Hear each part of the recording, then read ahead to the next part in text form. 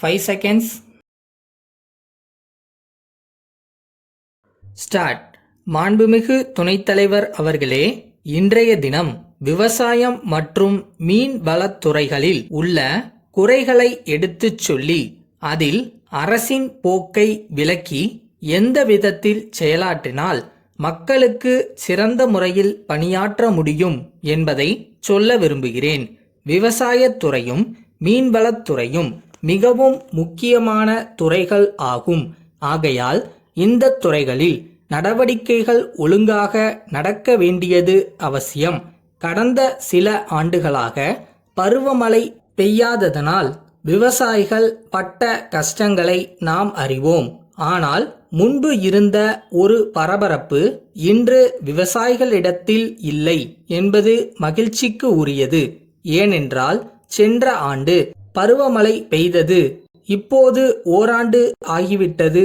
ஆனால் பருவமழை பெய்யாத காலத்தில் விவசாயத்துறை சில உதவிகள் செய்தும் நினைத்த அளவிற்கு பலன் கிடைக்காமல் போய்விட்டது. சில தினங்களுக்கு முன் நெல் விலை இறங்கி இருப்பதாக கூறப்பட்டது. அதற்கு காரணம் தஞ்சை மாவட்டத்தில் விளைச்சல் அதிகரித்து இருப்பது என்று சொல்லப்படுகிறது. பருவமழைதான் இதற்கு காரணம் என்பதை எல்லோரும் ஒப்புக்கொள்வார்கள். அடுத்து உழுவதில் ஆழ உழுவது, அகல உழுவது என 2 வகைகள் உண்டு.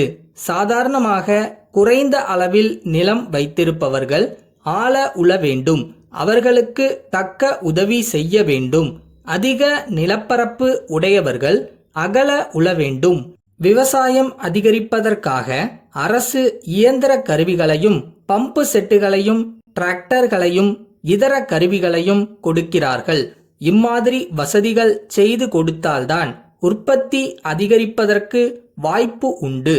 ஆனால் இம்மாதிரி வசதிகள் அதிக செல்வாக்கு உடையவர்களுக்குத்தான் கிடைக்கின்றன.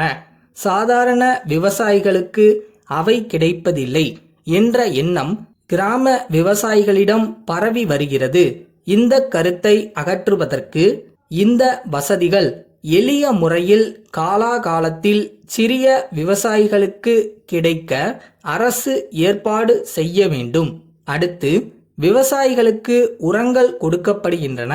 இவற்றில் ரசாயன உரம் என்றும் தலை உரம் என்றும் 2 வகை உரங்கள் உண்டு. புதிதாக வந்திருக்கும் தலை உரங்களை விட நம் நாட்டிலேயே இருந்த தலை உரங்களை பற்றி மக்களுக்கு உற்சாகத்துடன் எடுத்துச் சொன்னால் நன்றாக இருக்கும். ரசாயன உரம் காலாகாலத்தில் விவசாயிகளுக்கு கிடைப்பதில்லை. காலாகாலத்தில் மனு போட்டாலும் கையிருப்பு இல்லை என்ற காரணத்தால் வேண்டிய நேரத்தில் கிடைக்காமல் அறுவடை காலத்தில்தான் கிடைக்கிறது. தக்க வேளையில் இது விவசாயிக்கு கிடைப்பதற்கு ஏற்பாடு செய்ய வேண்டுமென்று கேட்டுக்கொள்கிறேன். ரசாயன உரத்தின் விலையும் சிறிது அதிகமாகத்தான் இருக்கிறது என்பதை குறிப்பிட விரும்புகிறேன். சாதாரண விவசாயிகள் வாங்கும் அளவுக்கு இதன் விலை குறைக்கப்பட வேண்டுமென்று கேட்டுக்கொள்கிறேன். அடுத்து விவசாய கல்லூரியில் மாணவர்களை சேர்க்கும் போது விவசாயம் தெரிந்த குடும்பத்திலிருந்து வருகிற மாணவர்களுக்கு முதலிடம் கொடுக்க வேண்டுமென்று தெரிவித்துக் கொள்கிறேன். அவர்களுக்கு பின் மற்றவர்களுக்கு இடம் கொடுத்தால் நன்றாக இருக்கும். இயற்கையாகவே உற்சாக மனப்பான்மை இருந்தால்தான் அந்த துறையில் அக்கறை காட்ட முடியும் என்பதை கூறிக்கொள்ள விரும்புகிறேன். வெளியே இருக்கும் குளம் குட்டைகளில் மீன் பிடிப்பதற்கு சலுகைகள் அளிக்க வேண்டும். மீனவர்களுக்கு சங்கங்கள் அமைத்து கொடுக்க வேண்டும்.